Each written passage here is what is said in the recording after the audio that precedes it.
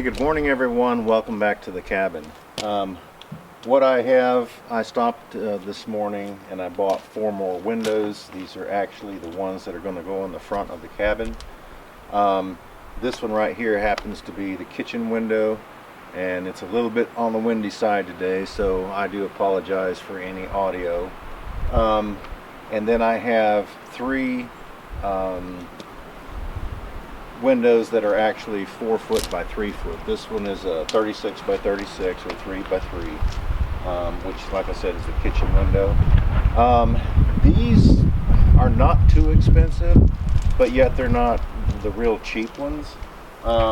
This is a thermal pane window, and I talked with some people at the hardware, and they said that they actually put these, and they have put the expensive one, and by no means would they ever do that again, because these were actually doing a really good job.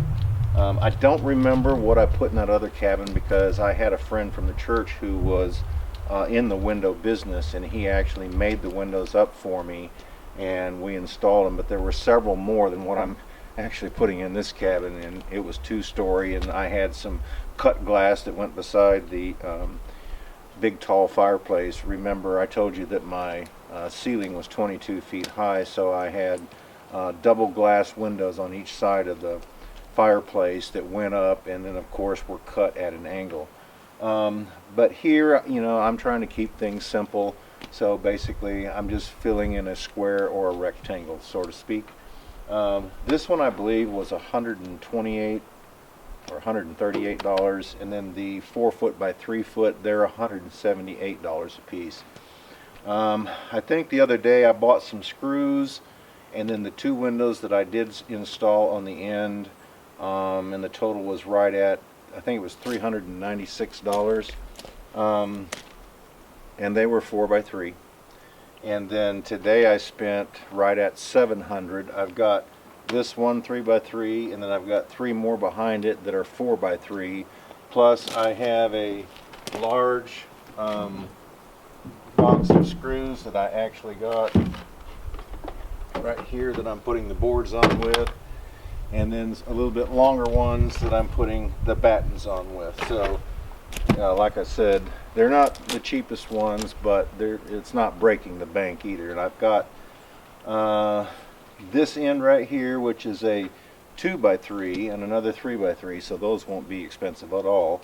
And then on the back side I've got one more 4 foot by 3 foot window that's going in the corner bedroom, and then I've got the 2 by 3 foot windows that are on each side of the wood burning stove in there. So I've got 5 left to get, but they are basically smaller with the exception of that 1 bedroom window.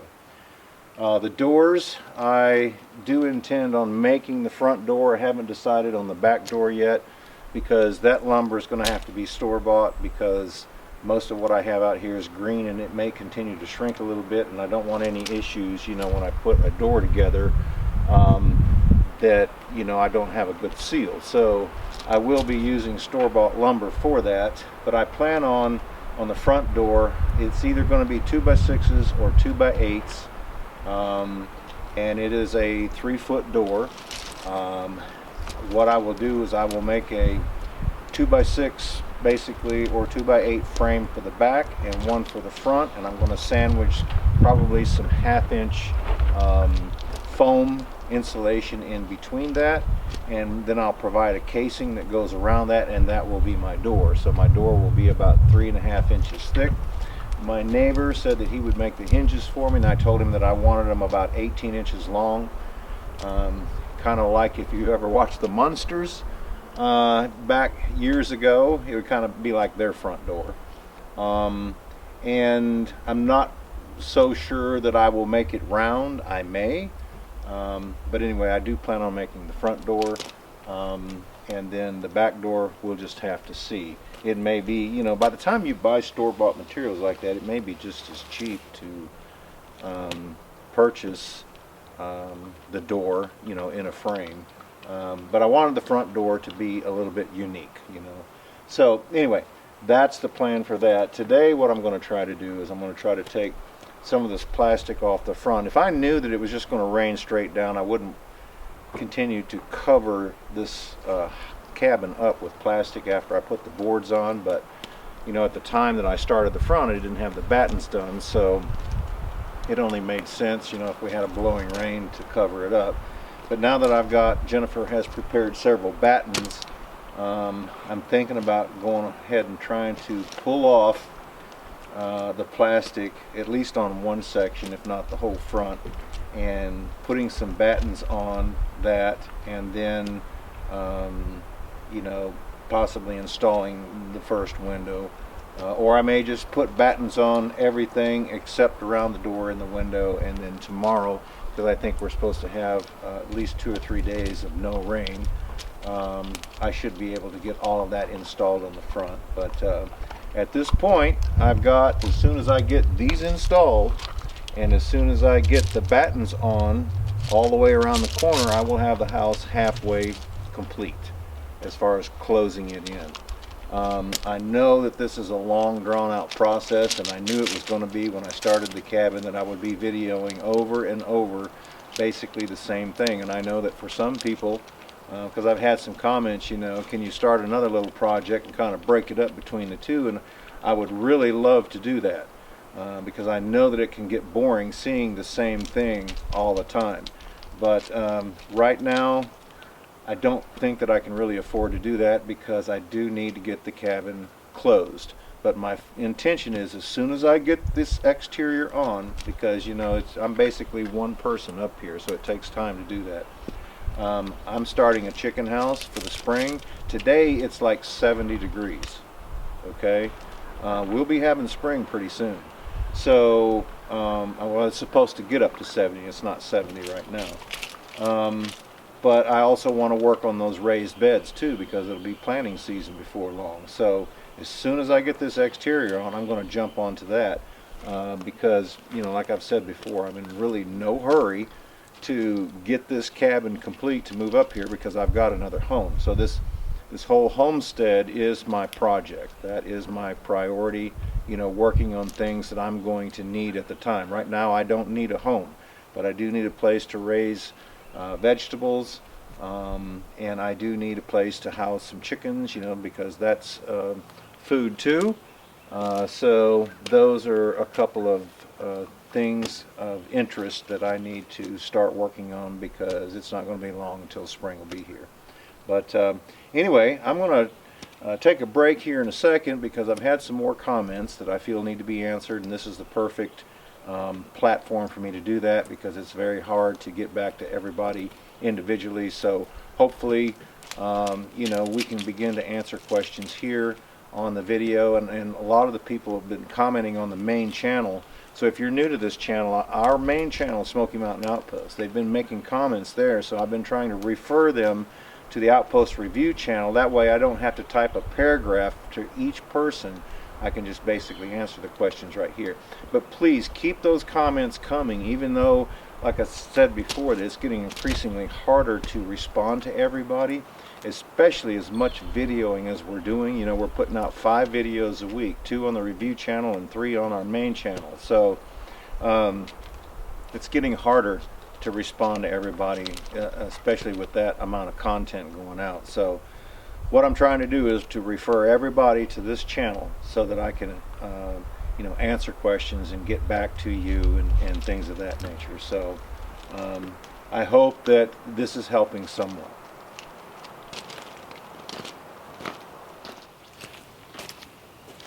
So this is the window. Actually, this is a single hung window, and it's actually without the casing.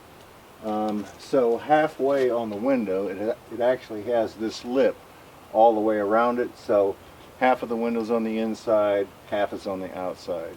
Now, what I did have to do is I did have to take, when they mold this, the plastic may have built up on this corner right here. So what I did was I took my chisel and I kind of scraped that off to where it's perfectly square there on the edge, so that when I put my trim around it and I do my caulking, that it actually fits up to here really snug.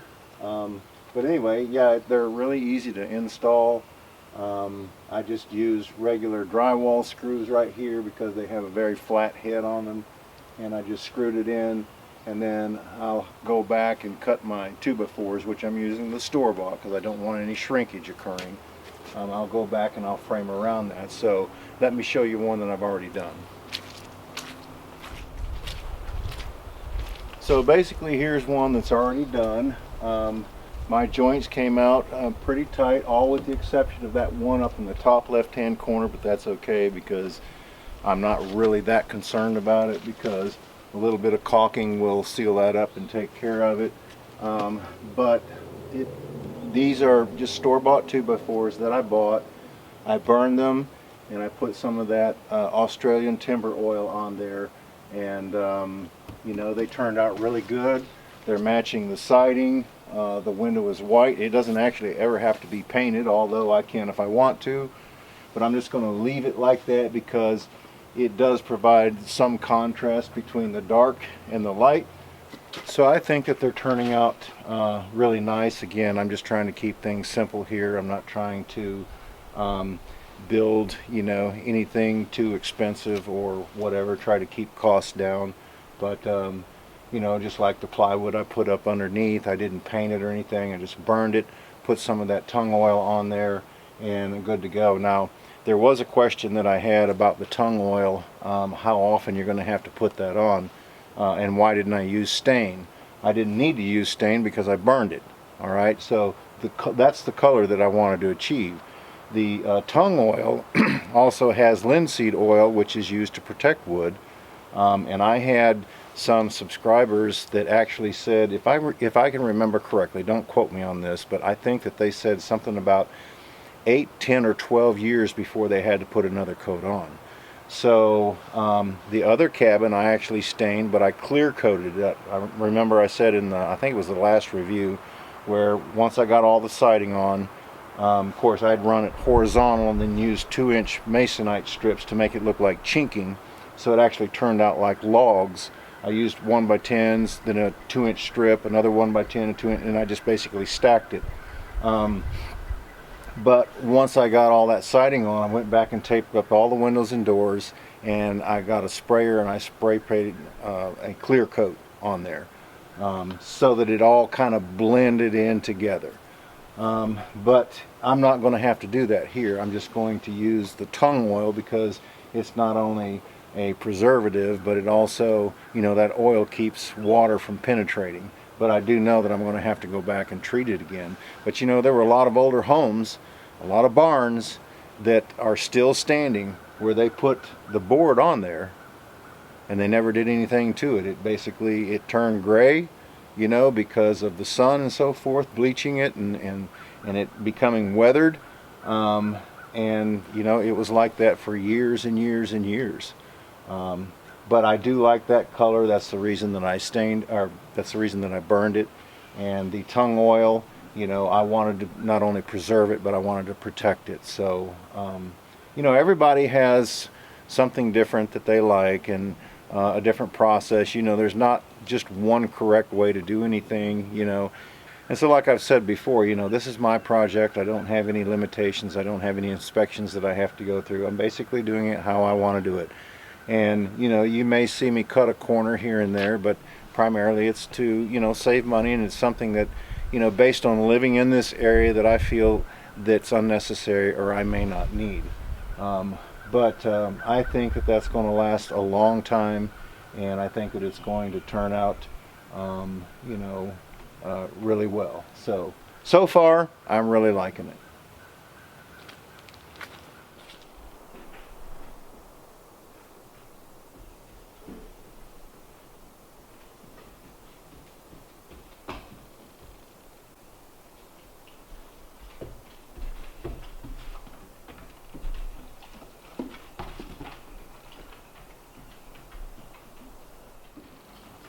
So hey guys, I do apologize for the lighting on the inside of the cabin, because this plastic and just the way that the sun hits it, it does cast a dark shadow in here. If I turn it towards the foil though, it actually enhances the light. So I know that it's going to be darker once I get this covered up, because looking out the window, it's kind of shaded. Here, let me show you.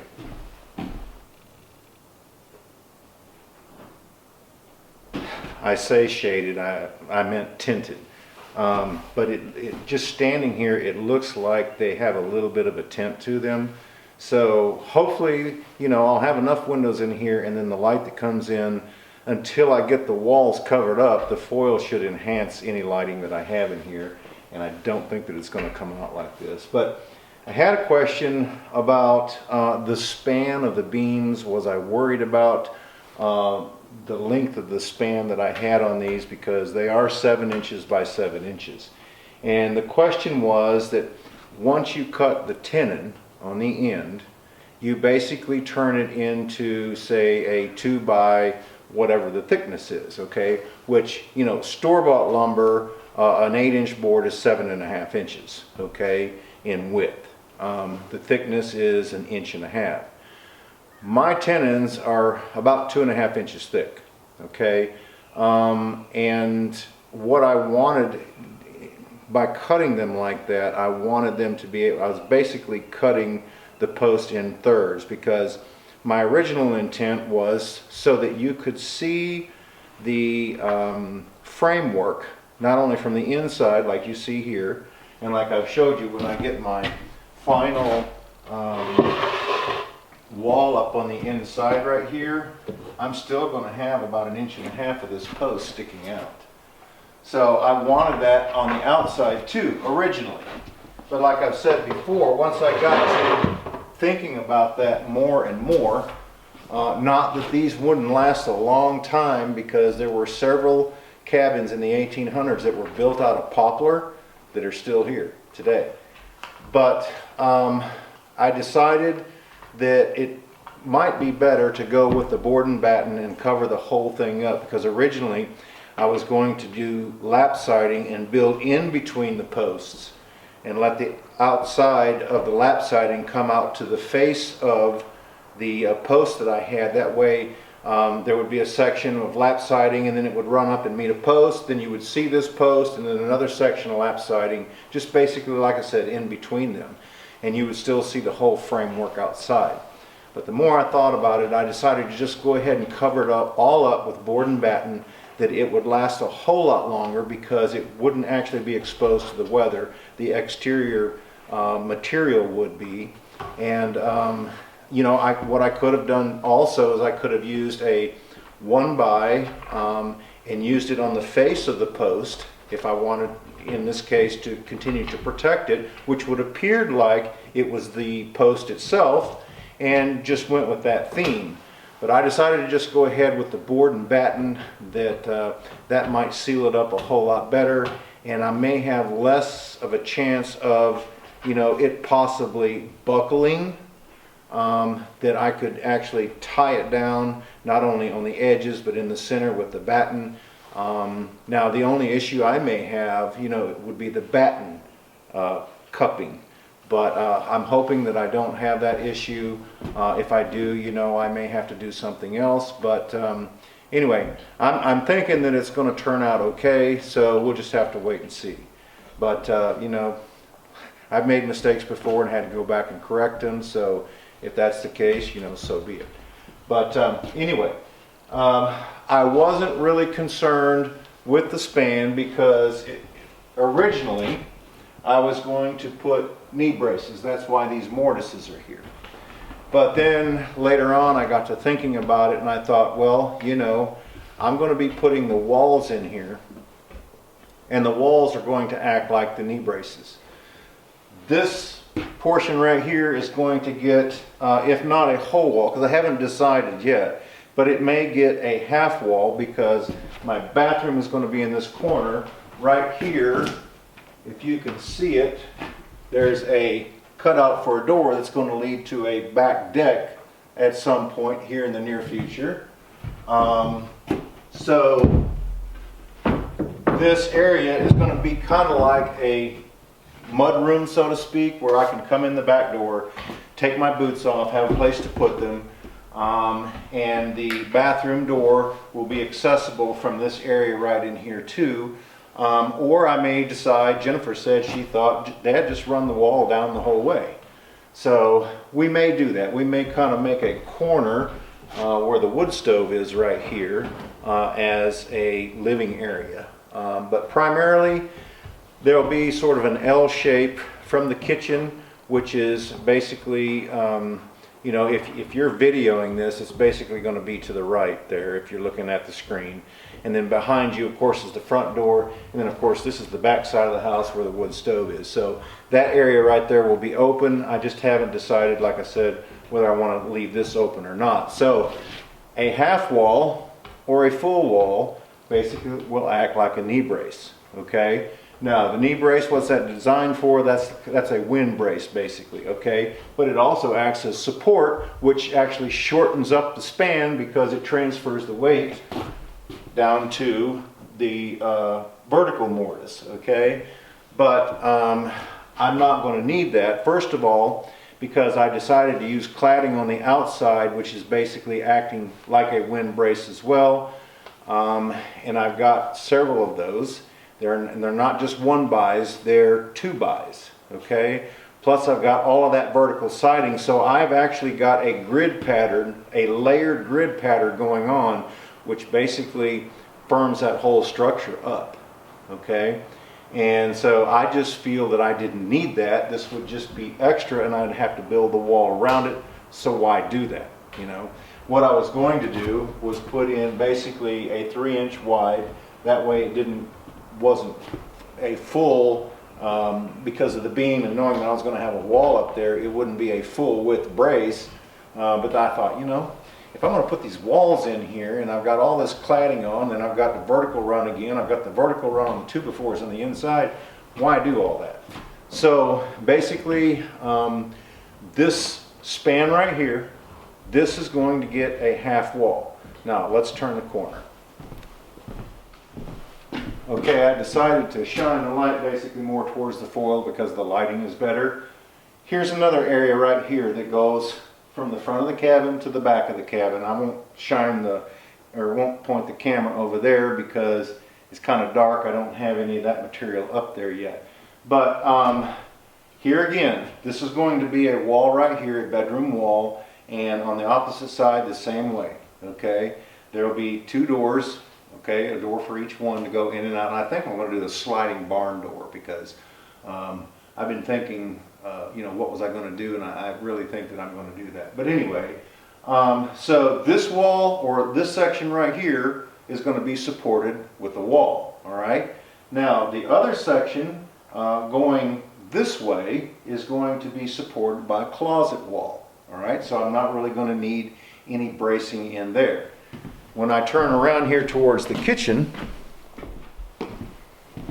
this area again right here is going to get a short wall, okay, because of cabinets, and then I will have maybe some sort of a bar, you know, extension, you know, not quite sure yet, because I've got basically 12 feet right here to play with. Excuse me. But so this is going to get supported as well. Then if I make one more turn over here towards the bathroom, this beam right here is going to get a wall that comes out to right about in this area. So it's going to cover probably 3/5 of this beam right here. So there will be a fairly substantially wide hallway if I do bring that wall all the way that I was talking about originally, because you there in the camera, you're sitting right underneath where I first started. It will be probably this wide right here because there will be a wall coming this way and then going down that way because my bathroom is going to be sitting right there, and in the front it'll be basically a washer and dryer type of area. So this is going to get supported too. And of course the only ceiling I'm going to put in here is a false ceiling in the bathroom for, you know, basically privacy issues. So that actually takes care of all of my spans. Now the purlins I wasn't really worried because they're not carrying that much weight. I've got weight I've used 2x6s, and I got weight bearing on the outside wall. I've got weight bearing on these 16-foot posts at the top, and then I just added the purlins in there to split up the weight of the roof. So I think that, you know, the beams that I've cut with the 2.5-inch tenons, and the mortises are 2.5 inches deep, plus the angle iron that I've got in here, I think that it's more than sufficient, you know.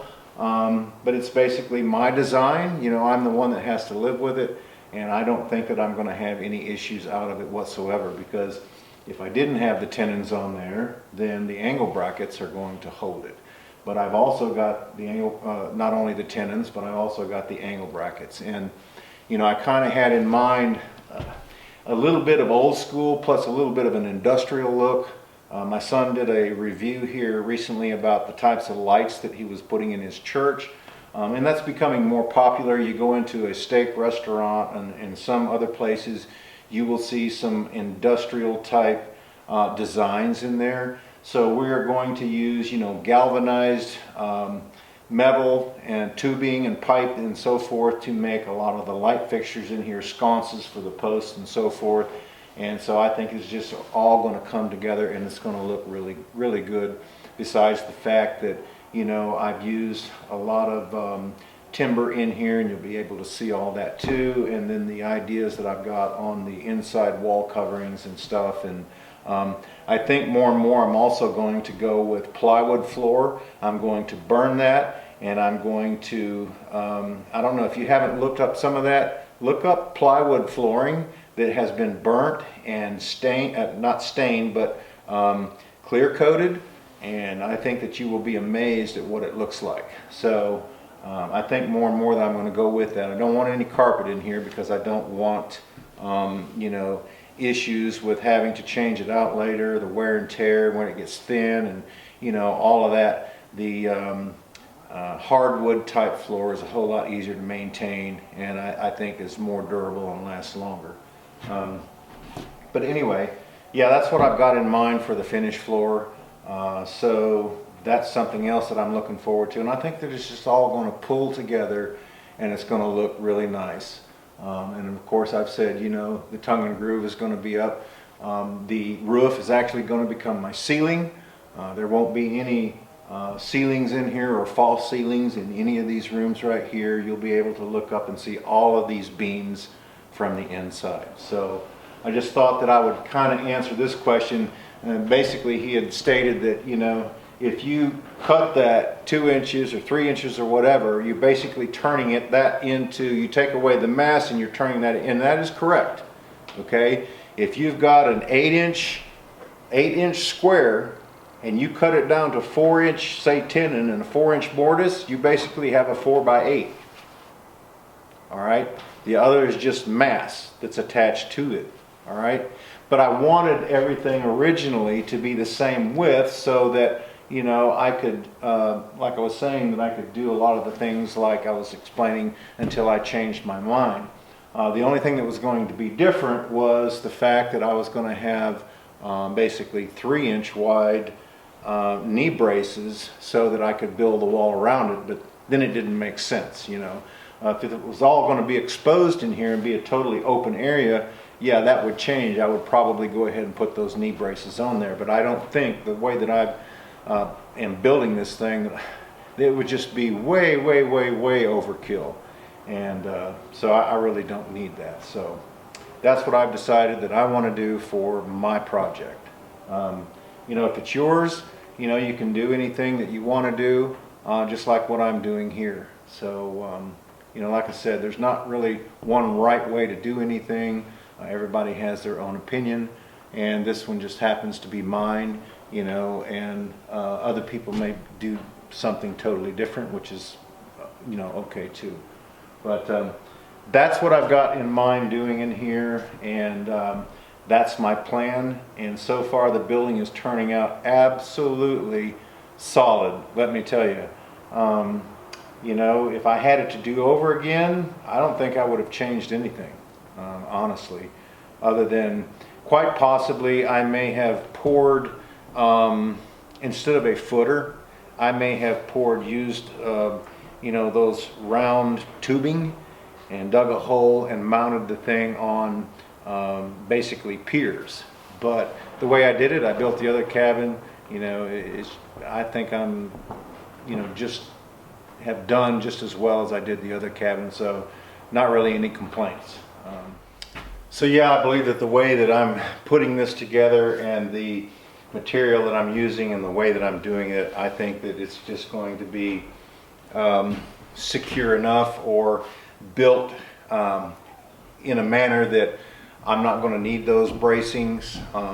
And you know, originally too, I had the intention of cutting out and putting some 2x8s or 2x10s in here, but I thought, you know, if I put this 1.5 inch material on the outside, or these basically these 2x4s, running them this way and locking that in on each side, and then I have the vertical 1x's on the outside locking that into each other, I have layer after layer of bracing that's running in or 90 degrees to each other. So I thought, you know, I'm not even going to need that. And then I'm going to have that material here on the inside, which is not basically sheetrock, it's basically plywood that will be so high up here. So that's even going to act as a brace in itself too, you know, because of course the sheetrock that I'm going to put on the upper portion, you know, I can't count that. But the plywood is very stiff, you know, so I will be able to use that or count on that as well. So yeah, I've decided pretty much, you know, changes have been made as I was going, and I think that, you know, all of that's going to be sufficient enough. So like I said, there's not totally one way that you have to do anything, but everybody to each their own, you know, and this is basically what I've decided to do. Well guys, I'm getting ready to start working and putting some more battens on, because I can actually do that now that I've got this one window encased. So I can actually work over to the next window before I have to put my frame around it. But there's a few more questions I wanted to answer before I end this review. One of them was the fact that, did I not have to put the barrier on the upper portion? Yes, I do. A lot of these questions are coming in on the main channel, and I'm trying to refer people to this channel where I answer a lot of questions. When I originally decided that I was going to put the board and batten on here, I was going to put T111 up there, so I brought the framework all the way to the edge of the wall. I didn't allow to put cladding on it. But then I thought, well, you know, when I came out here and recounted, I had enough material that I could actually do that, so it would save a lot of money if I just went ahead and put it all the way up. Plus it doesn't look bad. So what I'm going to do is I'm going to put that on from the inside. Okay, so it will be full from the bottom all the way to the top with that material. I'm probably going to use 2-inch insulation, the kind that has the reflective barrier on one side. Then I will take what I've got left over and I will glue it to the back side, cut some squares out, and it will all be done. So, and I plan on possibly doing the same thing to the ceiling. That way I've got a barrier on both sides. So you know, just bear with me because I do have the same mindset that you all do as far as putting enclosing the house in a total barrier. But like I say, a lot of questions I'm getting on the main channel, they have no idea this one exists, or they missed it, because I try to say it all the time. But I do have plans to put that on up there, so don't worry. And then I had some people comment about the battens. There's not a contrast between the boards and the batten. I didn't really want one. But I will tell you this, if I show you these battens, see, there are some that are lighter than others. So when I get those put up there, some of them will provide a contrast. But I want them primarily to all look the same, okay? My porch is going to change things a little bit. It's going to make things different, and some of the other ideas that I've got. But this is light to dark. Okay, we don't want it to just stand and just pop out, because I don't personally think that looks good. I like this look a whole lot better. So like I was saying earlier, it's to each his own. But you know, I think that this is the look that I'm going after. I think that it's going to look really good once I get it done. So like I said, y'all just bear with me, and because I think I've got, you know, some pretty good ideas. And I mean, this is a lot different than the other cabin that I built. They had dark stain with, basically it was gray masonite in between, so it looked like chinky. But the board and batten's kind of different. Most that I have seen, they basically match, and people don't even burn them like I do. They just basically just put it on and coat it, or put it on and paint it. But I think that this is turning out really nice. You know, another comment that I get was, you know, could you not stain, or basically I say stain, could you not treat all of the material? That way you've got it to put up. Yes, I could do that, and I've tried that before, but I don't find where it actually saves any time. Because what I would have to do is I would have to take the time out to burn all of these, and I have to take the time out to stain all of these, and I have to take the time out to cut all of them individually. Then I take the time out to place them up, and even if they were stacked up over there, it's like I'm handling them twice. Okay, so right, the way that I'm doing it now, I handle them once. You know, I basically still go through all those same steps, but I don't have to stack them and then unstack them again. So I think that, you know, it's not saving any time, and by doing this way, it may save me a little bit of time. But you know, it's not like, of course, you know, I had the big task of cutting material to cover the outside, because once I got started, you know, I needed to have that material so that I didn't have a downtime of having to go and cut more material. Plus it needed to dry out somewhat, right? But I think that, you know, the way that I'm doing it, like I said, you know, I could have it all stacked up, treated and ready to go, but I really don't see, because I've tried doing that, I don't see how that helps. You know, now if I had help, you know, then like Jennifer, you know, she came up here, we burned all the material, she stained all the material, it's ready to go. But I still had to stack it back up after I, you know, unstacked it so that she could work on it. I had to stack it back up, then I had to carry it back out here, and I've got it stacked up over there now, and then I'll have to unstack it again in order to cut it up and do everything. So like I say, you know, you can do that, and a lot of people, you know, they like to see bam bam bam, but you know, that's not my style. My style is more methodical, moving forward at this pace, because you know, it's basically just me up here. So I'm trying to do things at my pace and to save, you know, steps if I can. And I have tried it the other way, and I just didn't figure how it saved me anything. So, you know, putting it up one board at a time, just like when I was working on the exterior walls, you know, I didn't have a nail gun at that time, and it's kind of difficult to hold it and, you know, get the nail gun, you know, set and in there, because most of the other buildings that I had, you know, I had built it on the ground and stood the wall up. But you're talking about factory lumber that's very lightweight. This material here, it's thicker, you know, and some of it's still a little bit on the green side. I'll probably have some shrinkage take place, but it's heavy. You know, it's not like that other material. It's very heavy. And of course, you know, these trees are not really the same trees that you may get store-bought lumber, but the trees I have, you know, I'm able to, I've got my own resources, and by buying the sawmill, just like the other home that was built, all the floor joists and all the exterior came out of this same property right here, this same hollow up and down 25 years ago to build it. And so 25 years later, I've got enough material to build another home like this, plus a lot of trees I can't even get to that are up on the ridge there. So you know, I've got my own resources, I have the ability, I bought the sawmill, it saved me a bundle, and you know, so it's a slow process, and I knew it would be once I started on this cabin. You know, it's different than like the outdoor kitchen. I had that built in about 2.5 months, and about 2.5 months I had the compost toilet built. You know, I was moving from project to project, but this is a much larger project and it's taking longer.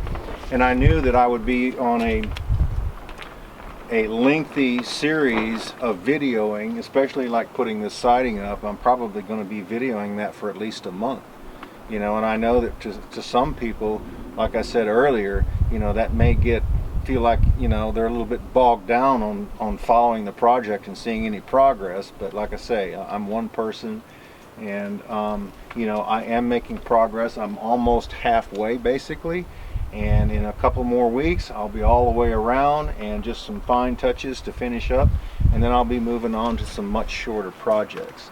So anyway, but yeah, I think it's all looking good. I'm very well pleased with it, because, you know, I'm the one that has to live with it. But you know, other people would have done differently, and I get those kinds of comments. But you know, this is what I want. It's not costing me a whole lot of money to do it, and when it's done, it's paid for. That's the most exciting thing about it.